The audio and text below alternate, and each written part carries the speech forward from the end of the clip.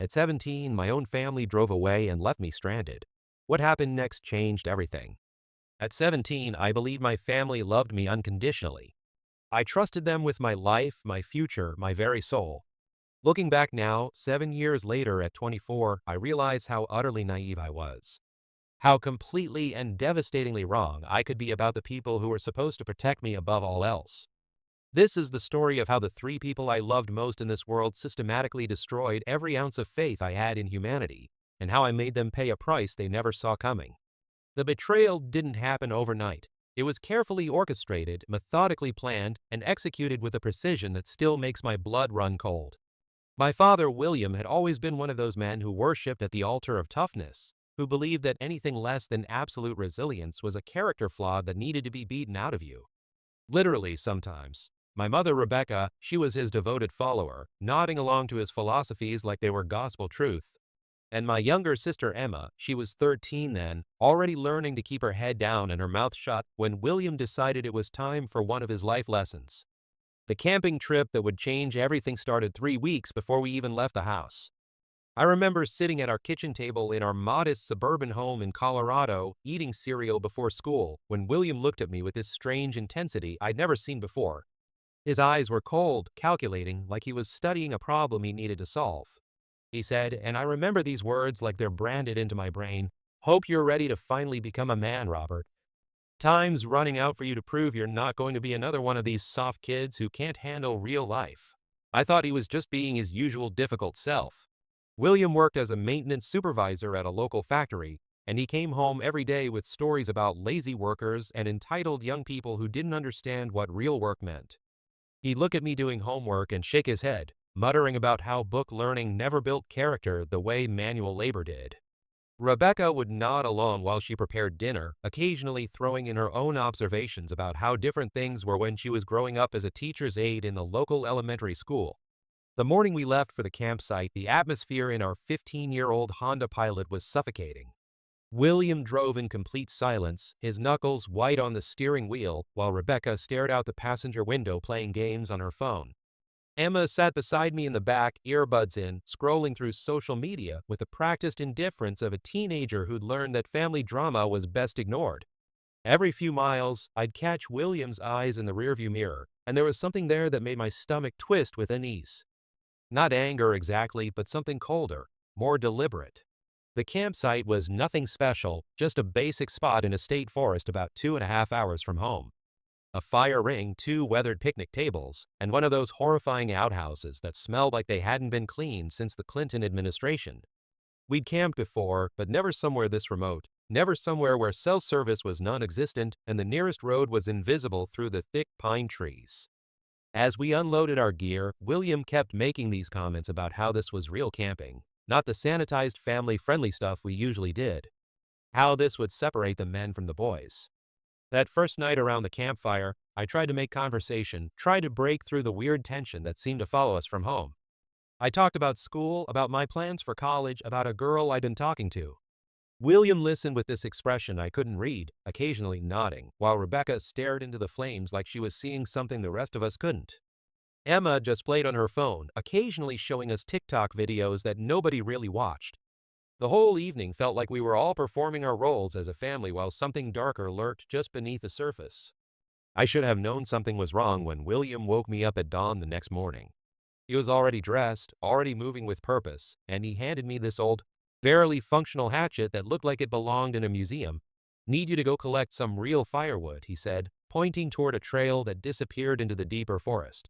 "Not the dead branches around here. Go out past where the trail markers end. Find some proper wood that'll actually burn." The way he said it, with this edge of authority that brooked no argument, made me grab my jacket and start walking without really thinking about it. I was gone for about 50 minutes, maybe an hour. The forest was beautiful but disorienting, all towering pines and scattered undergrowth that looked identical no matter which direction you turned. I found some decent branches, filled my arms with dry wood, and started making my way back to camp. The whole time I had this nagging feeling that something wasn't right, but I couldn't put my finger on what it was. Maybe it was how eager William had been to send me away, or how Rebecca had avoided looking at me when I left, or how Emma had actually put her phone down to watch me disappear into the trees. When I got close to the campsite, I heard voices.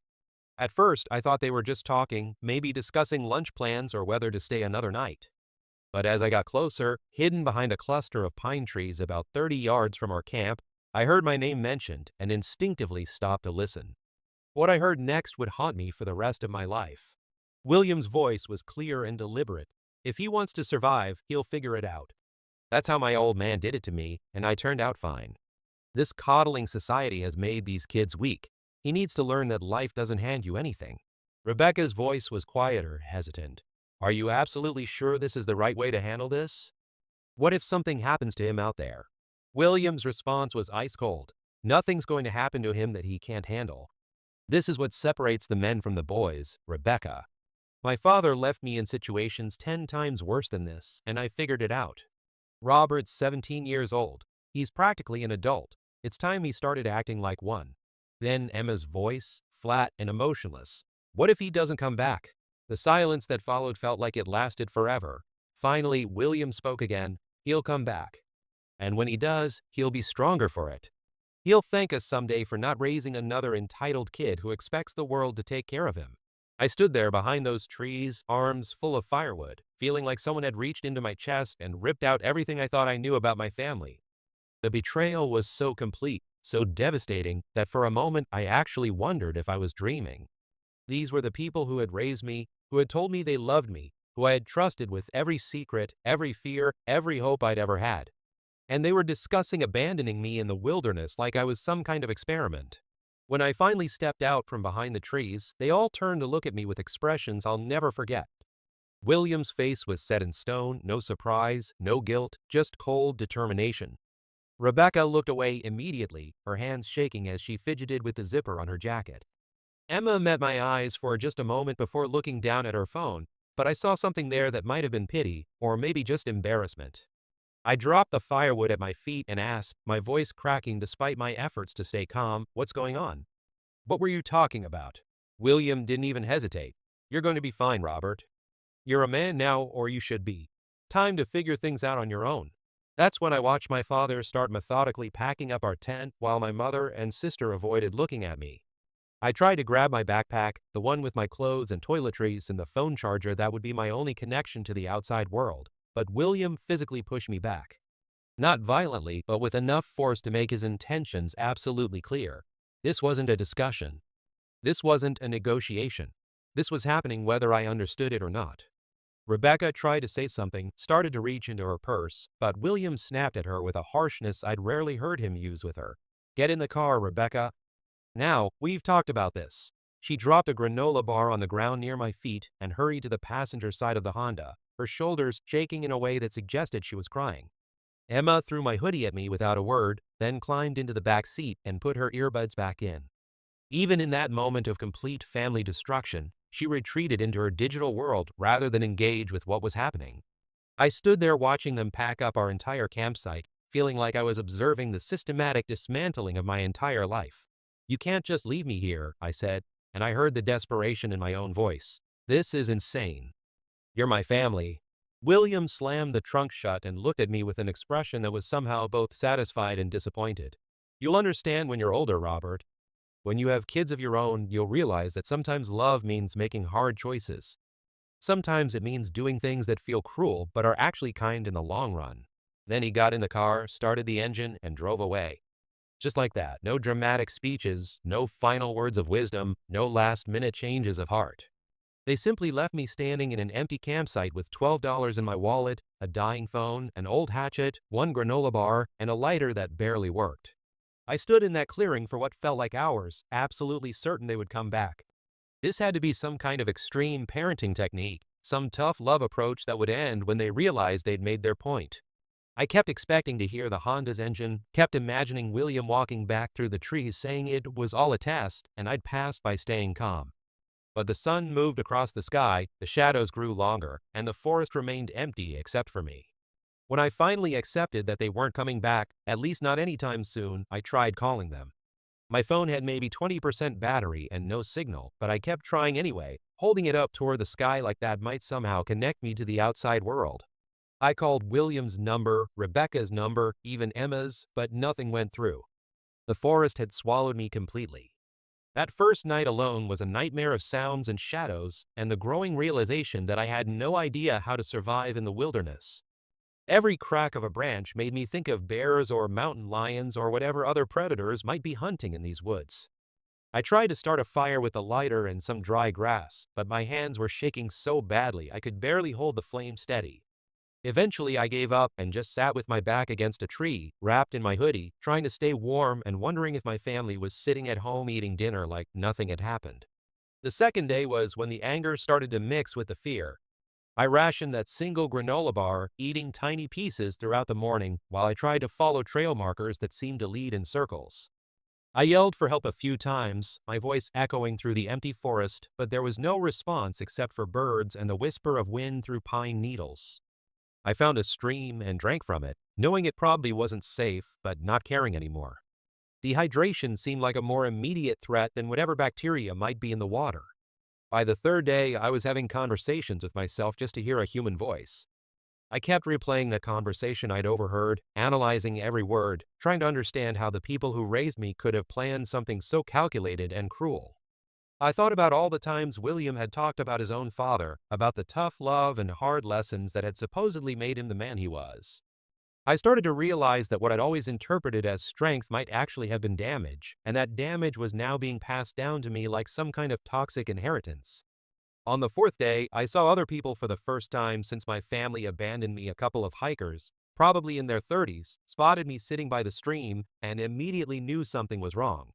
I must have looked like a wild animal by then, unwashed and hollow-eyed and desperate in ways I didn't even fully understand. When they asked if I was okay, I just started talking. I told them everything, the whole story pouring out of me in a rush of words and terse fury. They listened with expressions of growing horror and disbelief. When I finished, one of them said, "Jesus, kid. Are you serious? Your parents actually left you out here?"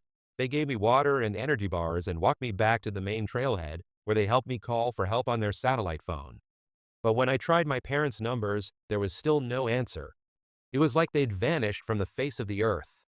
The park rangers who eventually took charge of my situation were professional but clearly disturbed by what they'd heard. They tried calling my parents multiple times, left messages, even contacted local police to do a welfare check at our house. But William and Rebecca and Emma were simply gone, like they'd planned this whole thing down to the last detail. Finally, someone thought to call my Aunt Aurora, Rebecca's younger sister who lived about an hour from our house. Aurora picked me up from the ranger station with barely a word, just looked me up and down like she was assessing damage, then drove me to her small apartment and made me a sandwich. She let me shower and sleep on her couch, and the next morning she sat me down for what I thought would be a conversation about what had happened. Instead, she told me that my parents needed some space to work through their issues, and that maybe it was best if I stayed with her for a while. When I asked if they'd even called to check on me, she just shrugged and said they needed time to think about what I'd done to push them so far. That was the moment I realized the betrayal went deeper than just my immediate family. Aurora, who I'd always thought of as the cool aunt who understood me better than my parents did, was already rewriting the narrative to make this my fault somehow. Like I'd driven them to abandon me through some character flaw I was too young to recognize. I tried calling home for a week, leaving increasingly desperate voicemails, sending texts that never got responses. Eventually, I just stopped. If they didn't want me, I decided I didn't need them. I moved out of Aurora's place the day I turned 18, found a job, got my own apartment, and started building a life that had nothing to do with the family who had thrown me away like garbage. For 7 years, I heard nothing from them directly. Emma would occasionally send me random memes on Instagram, little digital breadcrumbs that let me know she was still alive, but never anything substantial, never any explanation or apology or acknowledgement of what had happened. I blocked William and Rebecca on everything, changed my phone number, and moved to a different state entirely. I figured I was done with that chapter of my life forever. Then, last month, my mother walked into my workplace like a ghost from a past I'd spent years trying to forget. I was working at a small auto repair shop, nothing glamorous, but honest work that paid the bills and gave me a sense of accomplishment that my college-educated parents had never understood. I just finished an oil change and was washing my hands when I saw her standing near the front counter, looking lost and fragile in a way that was completely foreign to the woman who'd raised me. She was thinner than I remembered, her hair grayer, her clothes hanging loose like she'd shrunk inside them. But it was definitely Rebecca, and she was crying before I even reached her. The moment she saw me approaching, she started sobbing with an intensity that made other customers stop and stare. She tried to grab my arm, and I instinctively pulled away, 7 years of buried anger and hurt rising to the surface like lava. "Please," she kept saying through her tears. "Please just let me explain. Please just listen to me for 5 minutes." I told her to step outside because people were staring, and I didn't want to lose my job over family drama I'd spent years escaping. She followed me into the parking lot, still crying, still trying to touch me, still acting like she had some right to my attention after what she'd done. "I'm sorry," she kept repeating, like those words could somehow undo 7 years of silence and abandonment. "I'm so sorry, Robert. I never wanted it to happen like that. Your father, he was so sure it was the right thing to do. He said it would make you stronger. He said his father did the same thing to him, and it worked out fine." I cut her off right there because I'd heard enough excuses to last several lifetimes. "Where have you been for 7 years, Rebecca? Where were the phone calls? Where were the letters? Where was any sign that you gave a damn whether I lived or died out there?" She flinched when I used her first name instead of calling her mom, which had been deliberate on my part. She'd forfeited the right to that title when she watched her husband pack up our campsite and drive away while I begged them not to leave me. She started talking faster then, like if she could just get all the words out quickly enough, she could make me understand. She told me about how everything had fallen apart after they left me in the woods. How William had become increasingly angry and controlling, how Emma had started acting out and getting in trouble at school, how their marriage had slowly disintegrated under the weight of what they'd done. She said she wanted to come back for me that very day, had begged William to turn the car around, but he'd refused and threatened to leave her too if she didn't go along with his plan. I was scared of him, she said, and there was something in her voice that might have been genuine terror. "You don't know what he was like after you left, Robert. He got so much worse. He blamed everyone else for everything that went wrong. He blamed me, he blamed Emma, he even blamed you for not being grateful for the lesson he was trying to teach you." That's when I realized that my revenge was going to be even sweeter than I'd originally planned. Because it wasn't going to be just about making them pay for what they'd done to me. It was going to be about destroying the entire facade they'd built around their perfect family, about exposing them to everyone they knew as the damaged, dysfunctional people they really were. But first, I wanted to hear everything. I wanted to understand exactly how much their lives had fallen apart, how much karma had already started working on my behalf. So I told Rebecca I'd listen to her story, but only if she told me the truth about everything that had happened since they drove away and left me to die in those woods. What she told me over the next hour was music to my ears, a symphony of consequences that had been building for 7 years. After they got home from that camping trip, William had expected me to show up within a few days, dirty and humbled and grateful for the life lesson he'd tried to teach me. When days turned into weeks and I never came home, he'd started getting defensive, insisting that I was just being dramatic and that I'd come crawling back eventually. But Emma had started having nightmares, waking up screaming about being lost in the woods. Rebecca had fallen into a depression so deep she could barely function, calling in sick to work so often they eventually let her go. The stress had started affecting William's job performance too, and he'd been written up several times for losing his temper with coworkers and customers. The real breaking point had come about 2 years after they abandoned me, when Emma had a complete breakdown at school and told a counselor about what they'd done to her brother. Child Protective Services had gotten involved, and while they couldn't do anything about me since I was already 18 and living independently, they'd investigated the family thoroughly enough to traumatize everyone involved. Emma had been placed in therapy, William had been required to attend anger management classes, and Rebecca had been monitored closely to make sure she wasn't enabling any more abusive behavior. Their marriage had started crumbling after that. William blamed Rebecca for not supporting his parenting methods, Rebecca blamed William for destroying their family, and Emma blamed both of them for creating a home environment so toxic she'd started staying with friends most of the time. The financial stress of therapy and legal fees had forced them to downsize their house, and William's small HVAC repair business had started failing as word spread through their community about what kind of people they really were. The final nail in the coffin had come 6 months ago when Emma had turned 18 and immediately moved out, refusing to maintain contact with either parent. She told them both that she was ashamed to be related to them, that she never wanted to see them again, and that if they ever tried to contact her, she'd get a restraining order.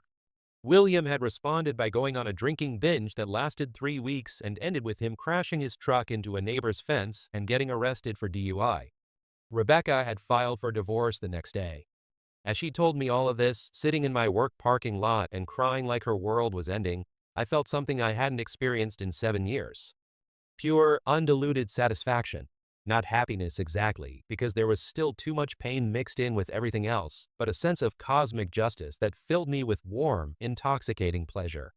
They destroyed themselves. Without any help from me, without any elaborate revenge scheme, they had simply collapsed under the weight of their own toxicity and dysfunction. William was living in a trailer park, working part-time jobs, and trying to rebuild his business while dealing with a criminal record and a reputation that preceded him everywhere he went. Rebecca was staying with Aurora, barely scraping by on unemployment and whatever part-time work she could find. Emma had cut them both out of her life completely and was apparently thriving at college, finally free from the poisonous environment they'd created. But I wasn't satisfied yet, because they still hadn't truly understood what they'd put me through. They were suffering consequences, sure, but they were consequences that could be explained away as bad luck or unfair circumstances or anything except the natural result of their own choices. I wanted them to experience the same level of deliberate, calculated cruelty they'd shown me. I wanted them to know exactly what it felt like to have someone you trust systematically destroy your life. So I listened to Rebecca's whole sob story with a sympathetic expression, nodding in all the right places, making concerned noises when she described her struggles. When she finished, I told her I needed time to think about everything she'd said, but that maybe we could work toward rebuilding our relationship. I gave her my phone number and told her to call me in a few days so we could talk more. The look of hope that crossed her face was almost heartbreaking. Almost. Over the next 2 weeks, I let Rebecca think we were slowly reconnecting. I answered her calls, met her for coffee a couple of times, let her tell me more stories about how sorry she was and how much she'd miss me and how she just wanted her son back. The whole time I was gathering information about their current situation, learning about William's business struggles and Rebecca's financial problems, and exactly how precarious their rebuilt lives really were. Then I started my real revenge. It began with William's business. During one of my coffee meetings with Rebecca, she'd mentioned that he was trying to rebuild his HVAC repair company and that customer reviews on Google and Yelp were absolutely crucial for getting new clients. She'd also mentioned that he was barely hanging on financially, that a few bad months could put him out of business permanently. So I started leaving reviews, not fake ones because I didn't need to lie about who William was or what he'd done. I left detailed, honest reviews describing my personal experience with William's character, his treatment of his own family, and the kind of person he really was behind the professional facade. I described the camping trip, the abandonment, the 7 years of silence. I provided dates and details that could be verified by anyone who cared to look into it. The response was immediate and devastating. Other people started sharing their own stories about William's unprofessional behavior, his anger issues, his tendency to blame customers when things went wrong. Someone found his old arrest record from the DUI and posted about it in local Facebook groups. Within a month, his business had lost most of its regular clients and he was struggling to get new ones. But that was just the beginning. I started reaching out to people in their old community, telling my story to anyone who would listen. I contacted Emma's former classmates, neighbors who'd known our family, coworkers who'd witnessed William's behavior over the years. I wasn't trying to spread lies or exaggerate what had happened. I was just making sure that everyone knew the truth about what kind of people William and Rebecca really were. The story spread like wildfire through their social circles. Parents who'd let their kids play at our house suddenly understood why Emma had always seemed so withdrawn and anxious. Coworkers who'd dealt with William's temper realized there was a pattern of abusive behavior that went way beyond normal workplace stress. Church members who'd seen our family sitting in the pews every Sunday started asking questions about what kind of values were really being practiced behind closed doors. Rebecca called me crying after about 6 weeks of this systematic destruction of their reputation. She said people were avoiding her at the grocery store, that Aurora was getting uncomfortable with her staying at the apartment because neighbors were asking questions, that she couldn't find work because potential employers kept hearing stories about her family. "Please stop," she begged me over the phone. "I know we hurt you, but this isn't fair. This is destroying what's left of our lives." That's when I told her exactly what I thought of her definition of fairness. "You want to talk about fair, Rebecca? Let's talk about a 17-year-old kid abandoned in the wilderness by the 3 people who were supposed to love and protect him. Let's talk about 7 years of silence while I built a life from nothing, wondering every single day if my own family cared whether I was alive or dead. Let's talk about the nightmares I still have about those 4 days in the woods, about the trust issues that have affected every relationship I've tried to build since then. You want fair? This is fair." She tried to argue that she'd been a victim too, that William had controlled and manipulated her, that she'd been too scared to reach out to me over the years. But I was done listening to excuses. I told her that she'd made her choices, that she'd chosen her marriage over her son's safety, and that now she was going to live with the consequences of those choices. The final blow came when I tracked down Emma at her college. I didn't approach her directly because I respected her decision to cut contact with our parents. Instead, I sent her a carefully written email explaining what I was doing and why. I told her she didn't need to respond or get involved, but that I wanted her to know I was finally making William and Rebecca pay for what they'd done to both of us. Her response was short but perfect. It's about time someone held them accountable. I'm proud of you for surviving and for fighting back. They deserve everything they're getting and more. That email gave me the final piece of ammunition I needed. Because now I could tell everyone that even Emma, the daughter they'd kept and supposedly protected, had completely cut them out of her life. It confirmed everything I'd been saying about what kind of parents they really were. Within 3 months, William's business had completely failed. Rebecca had been forced to move out of Aurora's apartment and into a women's shelter. Their divorce had become ugly and public, with both of them accusing the other of destroying their family. Aurora had stopped speaking to Rebecca entirely, and what was left of their extended family had chosen sides or simply distanced themselves from the whole toxic mess. The last I heard, William was working at a car wash and living in a studio apartment above a laundromat. Rebecca was cleaning office buildings at night and trying to save enough money for her own place. Both of them had become social pariahs in the community where they'd lived for decades. And the beautiful thing about it all was that I'd never had to lie, never had to exaggerate, never had to create false evidence. I'd simply told the truth about what they'd done and let other people draw their own conclusions about what kind of people would abandon their own child in the wilderness. Sometimes I think about whether I went too far, whether the punishment exceeded the crime. But then I remember those 4 days alone in the woods, remember the sound of their car driving away while I begged them not to leave me, remember 7 years of wondering if they ever thought about me at all. And I realized that what I did to them was nothing compared to what they did to me. Because I gave them exactly what they'd given me, the experience of being abandoned by family, of having their security ripped away without warning, of discovering that the people they thought they could count on were actually their enemies. The only difference was that they were adults who deserved it, and I was a teenager who didn't. I still have that old hatchet William gave me that morning in the woods. I keep it in my closet as a reminder of what I survived and what I'm capable of when people try to break me. Sometimes I take it out and just hold it, remembering how terrified I was that first night alone, how certain I was that I wouldn't survive. But I did survive. I thrived. And now everyone knows exactly what William and Rebecca are capable of when they think no one is watching. Justice, it turns out, tastes even sweeter than I thought it would.